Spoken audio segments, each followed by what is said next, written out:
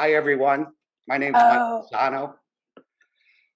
Um, well, I mean, when you come from the West Coast of cannabis or Las Vegas, where I'm in, you think of you're at the center of the cannabis universe. Um, I'm going to extend your minds and tell you a little bit about Europe and educate you on what's going on there. Europe is going to be in the next few years the second largest market in cannabis, overtaking Canada. I've seen so many motivated speakers today and last week, and one thing that Europe really needs is people that are more advocates, people with more knowledge, more education. Just to give you kind of an idea, I started off I've been doing this in Las Vegas for quite a few years. I designed and built and operated Solaris Farms here in Las Vegas. And I pivoted over to Europe and I'm building a company. Well, the company's name is Somai. And we're building a 120,000 square foot manufacturing facility, not grow, just pure manufacturing. Besides just concentrating on building the facility, we track over 500 companies in the worldwide space, not including the United States, that are participating in cannabis at one level or another. Our company has over 68 different distribution deals around Europe and 56 different suppliers of biomass throughout Europe, South America, and even Africa.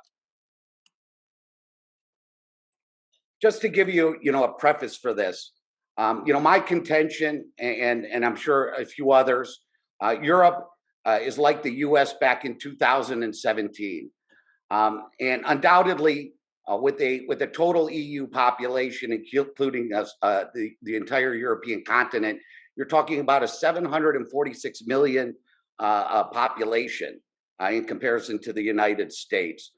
And because of the standardization of cannabis as a medicine, those borders are all open. So it's a different market in that way. But what I'd like to do is draw some parallels of US states that more people may recognize and talk about the difference, of how Europe looks country by country and how they parallel development in the United States. I mean, clearly the United States is the heavyweight champion of the world in cannabis, ranking in at around $17.5 billion in sales last year. Canada, a far second, they're just teetering above 3 billion last year in sales. And Europe, far behind there, 350 million euros in sales. But this doesn't include the private market. There's two different markets going on. One would be the medical market, pharmaceutical market, and there's also a private consumer market not related to insurance, but I'll get to that a little bit later. Some of the main differences, and this is a theme that I'll try to explain, consistently, as I try to develop the framework for Europe for everyone to understand. In the US, we have a dispensary networks in a state-by-state expansion. Canada, they started off by sending cannabis through the mail, the Royal Mail. Now they've started to develop in Canada 2.0 edibles and dispensaries. And already you're seeing large multinationals in Canada wanting to distribute the product. In Europe and most of the other world, besides Canada and the United States, the distribution networks are the pharmacy networks. So imagine that. Hundreds of thousands of pharmacies become your distribution network. No need to develop standalone dispensaries. The reach is far enough to get to all of the population because the pharmacy networks have been developed, for decades. Whether you need your aspirins or your toothpaste or whatever pills, antibiotics. So that outreach is pretty massive, and it's almost unfathomable when you really think about it.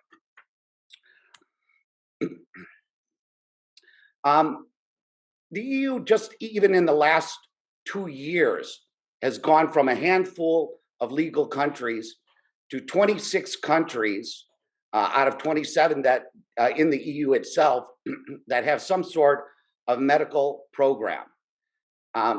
Just in the EU alone, and I'm just talking the region, the EU countries. There's over 100,000 pharmacies. There's half of that in the United States. Imagine, like, if you were a grower or a producer, you were making your products, and you had to supply one bag of flour or one product, just one, to each of those pharmacies, each of those 100,000 pharmacies, like one time a month, or one time a week, or one time, daily. Just the sheer volume in order to be able to have a national distribution all over the continent, is a massive undertaking.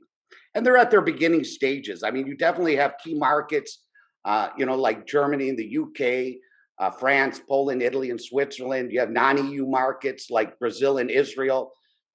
Israel is taking on a recreational program this year. But what you have is a large expansion. And the main mode of getting the product to the patients is through the pharmacy networks. What's leading this charge in Europe? Well, obviously commerce, but some of the major events that happened that a lot of people didn't pick up on, and back in December, the UN reclassified cannabis for the world, actually, except for the United States, as a medicine. So Europe is ahead of its time, even ahead of its time as far as the US in recognizing cannabis as a medicine. That's pretty significant. Of course, in the US, the elections took front stage. The talks of decriminalization and potentially legalization. Of course, this overshadowed the event of the United Nations voting in order to declassify cannabis as a medicine. But what you're also seeing is the financial markets waking up to support these companies in Europe and to support the cannabis movements in Europe. The London Stock Exchange just started listing, so you no longer have only the CSE and the OTCQB. Now London has accepted cannabis companies. There's been 3 high-profile startups that have listed there. They're just small companies, startups, similar to what you saw back in 2016, 2017 in the United States, garnering $100 million valuations just for starting up. You saw Curaleaf just recently made a $286 million purchase. That was quite significant. And this was just a startup 2 years ago, with a grow facility and a fairly small production facility. Of course, they're going to try to expand in order to satisfy the entire EU market, but also the worldwide market, because actually once you're in Europe and you're qualified as a medicine, you can distribute all over the world except for the United States. You saw a real pharmaceutical company, Jazz Pharmaceutical by GW Pharma for $6 billion. Extremely significant. It's nice to see that it's not a tobacco company or an alcohol company jumping into space. Not that I'm an advocate for big pharma whatsoever. But these are the movements that are causing Europe to shine in the spotlight right now, and why I keep going back to it. This looks a lot like the United States back in 2017. What does it look like over there? Very similar to the United States in the early days. You have legalization coming, not just from pharmaceutical, but you also have medical. More of a nutraceutical feel to it. You also have the adult use markets that are growing over there. You have 27 European countries, keep in mind, with 50 countries just on the continent. What Europe has ended up doing, unlike in the US where you had state by state and rules and regulations, no real federal regulations, similar to what the hemp producers are going through today. They are all recomplying to GMP standards as they've dawned the advent of federal legalization. Over there, there's the EU GMP standard, EU good manufacturing processes, and for growing GACP, good agricultural cultivation practices. So you have a standardization, something that's accepted, and why shouldn't it be? Your apple is a GACP. Your carrots are GACP. Almost everything you have has a good manufacturing practices or GACP rating on it. If you're on a federal level, the U.S. industry, we haven't had to conform to these, but Europe has already started that. So right now, today, they are starting at the standpoint of EU GMP, whether it's pharma or food grade, doesn't matter.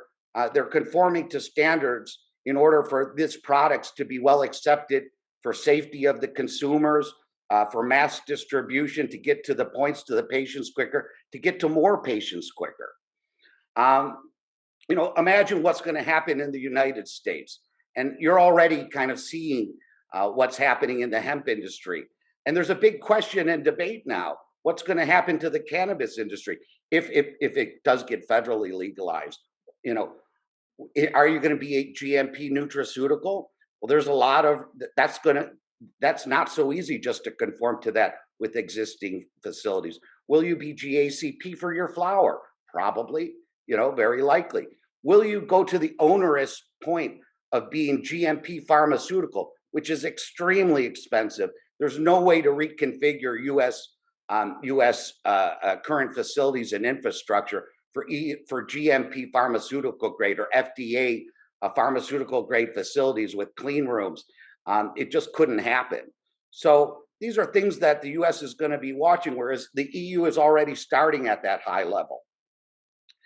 Imagine even what that standardization means for the consumers, the safety, getting rid of, let's say, being able to educate the consumer, providing consumer safety, spreading the word a lot better, because now you do have safety standards and you have to conform to them. I mean, although more expensive, it is a process that's being undertaken. You would say the EU has the newer infrastructure that's coming out in today's worldwide market. And, keep in mind, there's a lot of large players, but there's only approximately 50 companies in all of Europe. Most of the companies out there are highly capitalized companies. It's not as simple as you want to make your grow and get the licensing through the states. There's a lot more regulatory hurdles because you're dealing with health agencies immediately. You're dealing on a federal level. You're dealing with federal regulations, federal standardizations. And then on top of that, you're dealing with local country rules, and then local to the city rules on standardizations of products and GMP practices. The way it looks to me, now with big companies, like Bedrocan, Corbis, Tilray, all of these large companies, reminds me of 2016, 2017 in the US, as larger, well-organized corporations arrived on the scene. But there's a great influx of the smaller corporations and the entrepreneurs, and the same startup enthusiasm and the same advocates as there is in the United States. Even Spanibus, one of the largest festivals for cannabis in Europe, is an excellent event, and you can really see the spirit of what's going on in the European market. Not just the large corporations, but also the entrepreneurs supporting them. I don't want to get too much into the standardization of products. It's pretty boring for us here in the United States. The products are very simplistic right now, drops, pills, topicals, but that's going to expand as the health regulators start to develop their framework. And for sure, the U.S. is going to play a major role when they change their rules, hopefully this year. And that will ultimately be a driver for Europe, because they look to follow what the United States is doing. And as does the world, in most instances. But ultimately, at some point, you have to look at the size of the distribution market and how to get the product to the patients quickly and safely. And when you're going through the pharmacy networks, you're of course going to have to find some standardizations. Now, that doesn't mean that it's going to be that way for all the company. There is a growth. There are 5 countries now where you have recreational programs going on. Strangely enough, Denmark I'm sorry, the Netherlands just announced a recreational program, and you would have thought, well, I thought Netherlands has been recreational forever, but that's a new advent of last year. Just to go quickly through some of the key countries, and maybe I can relate these to you, with some United States states. The Netherlands, we would call that the California of Europe. Clearly one of the pioneers. The rules are all over the place. Strangely enough, growing it's not legal, but selling it at a dispensary is. There are 10 new licenses this year for recreational, so that'll be a program. There's been a contraction in the market from 730 coffee shops back in, I think, 2005, and now there's something like 570 to that, something like that. And that's just, the sample of mature markets. And California eventually will become a mature market, but obviously it's way too early. But similar qualities as countries go. Germany, I would call this the Florida of the United States. There's only 3 licensed operators there currently that are just opening out. There's about 128,000 patients unofficially. There's official numbers and unofficial numbers because people can go to their healthcare provider and ask for a prescription. There's a massive distribution network, entrepreneurs, over 100 companies developing the cannabis business over there. Very avant-garde, extremely rigid rules, but it looks like they're trying to get through that. Denmark, I call this the Arizona of Europe. They have a medical program. It's quite expansive. There's 25 open facilities, more or less, right now. The distribution is through the pharmacy networks. Portugal, like the Las Vegas of Europe, decriminalization of all drugs there. It could be, I would say, not just because my company is in Portugal, but it is the #1 cannabis hub. You can import cannabis from other companies. You can export cannabis to anywhere in the world except for the United States, as long as you have your EU GMP certification. The health regulatory agency is very reactive. They love the cannabis. They want to be the #1 cannabis hub for Europe. You have exposure to all the markets there. There's only 9 facilities currently opening there. Somai, my company, is the only standalone manufacturing facility, and for sure the largest manufacturing facility that will be going up in Europe anytime soon. Spain, there's no comparison. Spain has over 500 private clubs. None of them are legal. None of the growing is legal, but the cultural aspects are there. So I don't have any comparison, in the United States for that. The UK is the New York. It's just getting going. Could be one of the largest markets in Europe. It definitely will be in pharmacy networks. They will definitely have more lax rules. Probably you'll get a medical card and you can go and check for any variety of products at your local pharmacy store. And, just real quickly, because I see I'm running out of time, Italy would be like the New Mexico, very small market. Czechoslovakia is kind of like the Oregon. There's very lax rules over there. Growing population of cannabis users, but always a cultural cannabis using hub. France, like Texas, could be one of the largest markets, but they're still snubbing their nose at legalization. In Poland, like the Rhode Island, a very small market, but they're innovative. Anyways, just briefly about my company. What we're doing is concentrating on formulations, for the EU, for the European market and worldwide market. It's for distribution, like I said, everywhere, including except for the United States. Our general belief is I've seen enough growing. I'm very happy. I'm an advocate for growing, but I also think for the medical market and for worldwide distribution, developing these products, and the diversity of products we see here on the West Coast, developing those for Europe and the world is a much more interesting space to occupy without the cash strain of having to support the grow. Um, you see, ultimately, biomass is the same over there. The prices are tumbling. The qualities are different. You have to, control your supply lines. And we'll be there to address those issues. And we're friendly with most all the growers around Europe to date. Portugal is the place we're at. I've already told you, I think it's one of the top places in Europe in order to, as far as efficiency and working with a country, to bring cannabis out.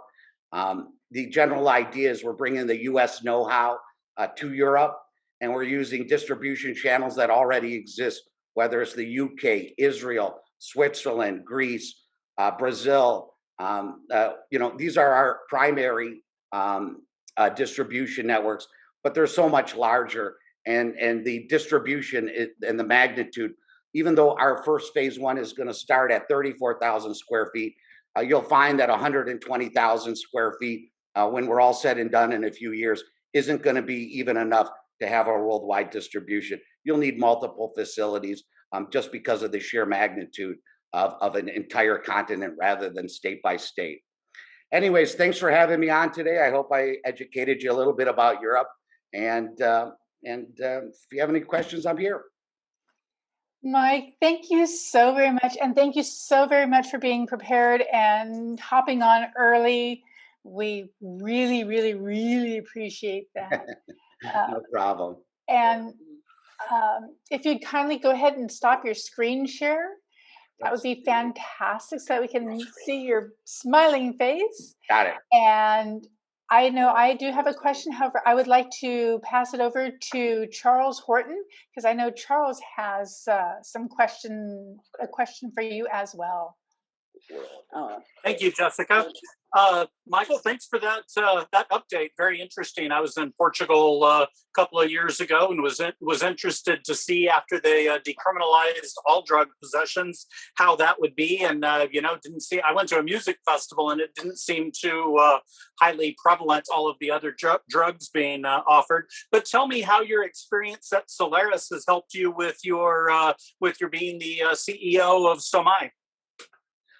And you rightly point out, it's a pretty interesting to be decriminalized for all drugs. I mean, they definitely treat drug addiction as any other ailment, not as a criminal activity, and it creates a really nice environment. As far as Solaris goes, I guess in one side, in a humorous note, it taught me to skip the growing and go right to the manufacturing, to some extent. But also, it definitely taught me that that the market is split. Whether you look on a U.S. or Canadian level, 50% edibles, 50% flower. And when you understand the flower, the flower as a medicine and how that looks to the doctors, it's very confusing for them. And standardizing a product and making a product that fits for the doctor's minds as well as treats the patient, is a little more tricky because you're balancing. It's not like you're going direct to the consumers with your product. You're ultimately have to match also the minds of a doctor's group that has to prescribe it, or it never gets to the patients. So, you just have to change your mind a little bit from your past experiences. And develop newer strategies, for developing a country, just like developing any state. So, as a entrepreneur, you had a full vertical in Nevada. How are you? I'm like a control freak when, as an entrepreneur. How is it for you in controlling the product that you get now that you don't grow it? Well, that keeps me up at night. In order to you as you understand what your input is what your output's going to be. Luckily, we've spent a lot of time. Well, we have a lot more knowledge here on the West Coast than the Europeans. That's for one. But there's also a lot of professional companies there that are trying to do things right. So really searching through and dealing with some of the better companies and the larger companies. And actually, there is a smaller grower that looks very promising as far as getting a standardized genetic to us on a regular basis in order to feed, the output line. So it's a trick, and hopefully, our knowledge over here passes over there, and we can do it better than the most. Thank you, Michael. Thank you, Charles. Mike, I have one last question for you. And that would be, what advice would you give to entrepreneurs in Europe? And what advice would you give to entrepreneurs in the US? Well, you have to pursue your dreams. This is for sure. You have to be diligent. About your budgeting. Whatever endeavor, whatever angle that you're going to go into it. Cannabis is going to be a legitimate business for the foreseeable future and on. So whether it's legalization in the United States or being called a medicine now in Europe, it's not going away, and you can be sure of that. So whatever side or whatever angle the business you're getting in the US, or if you're coming to Europe, and we need a lot of help in Europe, we need a lot of education, we need a lot of infrastructure planning. Just get into it and find what makes you happy. Thank you. Thank you. And close, Mike, how can our audience reach you? You could reach us at our website, www.somaipharma.org.com. Sorry, and or hello@somaipharma.com. Thank you, Mike. That was a wonderful presentation and breakdown of Europe. We really, really appreciate it. And we look forward to seeing you again on CANNA World Expo. Thank you very much for being a having part me. of it. We Thank you. appreciate it immensely. Thank you, thank you, thank you.